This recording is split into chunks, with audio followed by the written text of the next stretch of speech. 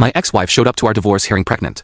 She thought it would secure her a payout until the judge asked one question: you ever see someone's face when their own lie destroys them? Because I got a front row seat to that exact moment. Natalie walked into that courtroom 8 months pregnant, glowing with confidence. We've been stalling our divorce for a year with every trick in the book. Fake emergencies, missing paperwork, sudden mental health crises that required postponements. But this was her grand finale. The plan was obvious: walk in, looking vulnerable, play the abandoned pregnant lifeguard, and watch the judge throw out our ironclad prenup out of pure sympathy. She'd done her research too, picked a female judge thinking the sisterhood would work in her favor. What Natalie didn't realize was that her own paranoia had already destroyed her. 6 months earlier, during one of our screaming matches, she'd called the cops claiming I'd threatened. Her complete lie, but she ran with it, filed a restraining order. The next day, she stood in front of a judge with crocodile tears claiming I was violent and dangerous, said she feared for her life and needed protection. The judge bought it, granted the order immediately. I couldn't come within 500 feet of her, couldn't contact her, couldn't even drive down our old street. My lawyer advised me not to fight it, just let the divorce proceed and move on, so I did exactly that, followed that restraining order to the letter. Didn't call, didn't text, didn't even look in her direction when I saw her at the grocery store. I had witnesses, security footage, phone records, everything proving I'd stayed away. But here's the thing about restraining orders that Natalie forgot. They create a paper trail. Every violation gets documented, every interaction gets recorded. The court system tracks everything. Fast forward to today.